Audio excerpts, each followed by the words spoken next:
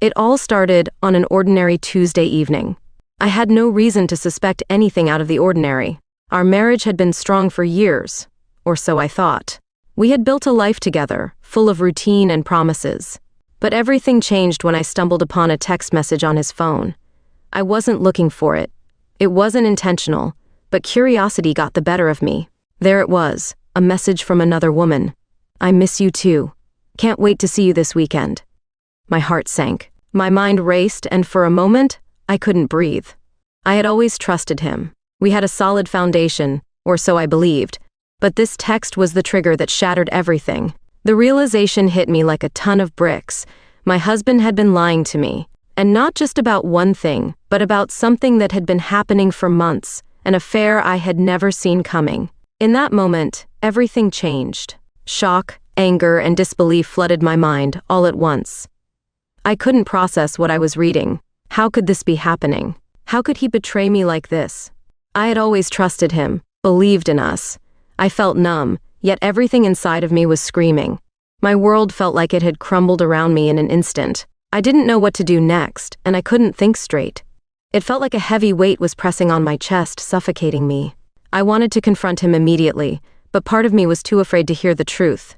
The questions kept flooding my mind. How long had this been going on? What else had he lied about? Was everything we shared a lie? I couldn't keep the anger inside for long. That night, when he came home, I couldn't hold it back any longer. I asked him about the message, trying to keep my voice steady, though my hands were shaking. He froze. His face went pale, and for a moment, I saw panic in his eyes. He denied it at first. He said it was just a friend from work, that it meant nothing. But his excuses were weak, and I could see through them. I couldn't bear to hear more lies. I needed the truth, no matter how painful it would be. The tears came then, flooding my eyes as I demanded to know everything. The immediate consequence was clear, trust was shattered, and the foundation of our marriage had cracked irreparably. I couldn't stay in the same house that night. I packed a bag and went to stay with my sister. It was the hardest thing I'd ever done, but I needed space. I needed clarity. The next day, we had the hardest conversation of my life. He came to my sister's house, begging to talk. I was exhausted, emotionally drained, but I couldn't avoid it any longer. I let him in, and we sat down to talk. The conversation was filled with anger, pain, and a lot of yelling. His initial reaction was defensiveness. He tried to justify his actions, saying it was just a mistake, that he wasn't thinking clearly, but I wasn't buying it. He tried to minimize the affair, saying it was nothing serious, and that it didn't mean he didn't love me. I couldn't believe the audacity. How could he sit there and say that to me? I demanded answers. I wanted to know why, how long, and what he thought he was doing. But all I got were more excuses, more lies. It felt like he was trying to deflect blame onto me, saying that I hadn't been attentive enough, that we had grown distant. It was his way of shifting the responsibility. The hardest part wasn't just the lies. It was the fact that he couldn't even admit the full extent of his betrayal. I kept asking, but he refused to give me the clarity I needed. I wanted the truth, the real reason behind his choices, but it felt like he was protecting himself, not me. The following days were an emotional roller coaster. Some moments I felt so angry I could hardly look at him. Other times I was consumed by deep, overwhelming sadness. I couldn't understand how I was supposed to forgive someone who had done something so deeply hurtful. The grief washed over me in waves. There were days I couldn't stop crying, and other times I was just so angry that I didn't know what to do with myself. I was angry at him for betraying me, but I was also angry at myself for not seeing the signs earlier. How could I have been so blind? The doubt crept in too. Did he ever really love me? Was I just someone to fill the space, or was I the one he'd settled for? The pain of those questions kept me up at night.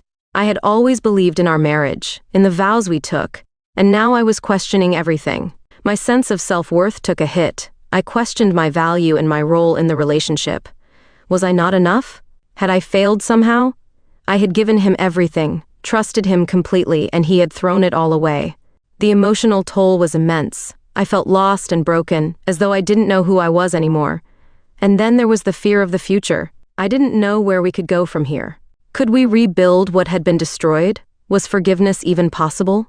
The uncertainty about our future together was paralyzing. I didn't know if I could ever trust him again. The idea of moving forward seemed impossible, but the thought of walking away was equally terrifying. I wasn't sure I could live with the betrayal, but I also wasn't sure I could live without him. The emotional complexity of trying to decide whether to stay or leave was overwhelming. What if I chose to forgive him and he hurt me again? What if I left and I would forever wonder, what if? At my lowest point, I reached out to my sister. She was my rock, offering me the comfort I desperately needed. She listened without judgment, gave me space to vent, and reassured me that whatever I decided, I didn't have to do it alone. I also started seeing a therapist, someone who could help me navigate the complexities of my feelings. I knew I couldn't do this on my own, and I needed to talk to someone impartial to help me make sense of everything. Forgiveness seemed like a distant concept. I wasn't sure I was ready for that. I knew healing would be a long process, and I wasn't sure where to start. But one thing became clear: I needed to take back control of my life. I couldn't let this define me. I started prioritizing my well-being, taking time for self-care, and focusing on rebuilding my own life, independent of what had happened. The decision to stay or leave was not easy. I spent sleepless nights thinking about it, questioning whether reconciliation was possible. Ultimately, I realized that the decision had to be mine alone. I could not let fear or guilt dictate my choices. After weeks of deep reflection, I decided to give our marriage a chance. But not because I believed he deserved it. I decided to stay because I needed to prove to myself that I could forgive, not just him, but myself as well. We started therapy together, trying to rebuild the trust that had been broken. It was hard. There were setbacks, days of anger and frustration, but slowly, I began to feel like I was regaining my sense of self. I learned that healing was not linear, and there were moments of vulnerability, but there were also moments of growth. I've come to understand that vulnerability is not weakness. It's strength. Sharing my story, opening up to others, and allowing myself to feel the pain of betrayal has been one of the most empowering things I've done. The journey is far from over, but I'm learning to trust again, not just him, but myself. And I'm learning that forgiveness is a process, not an event. To anyone watching who is going through something similar, I encourage you to seek support, to speak openly about your feelings, and to take things one step at a time. You are not alone in this, and your strength comes from facing the truth, no matter how painful.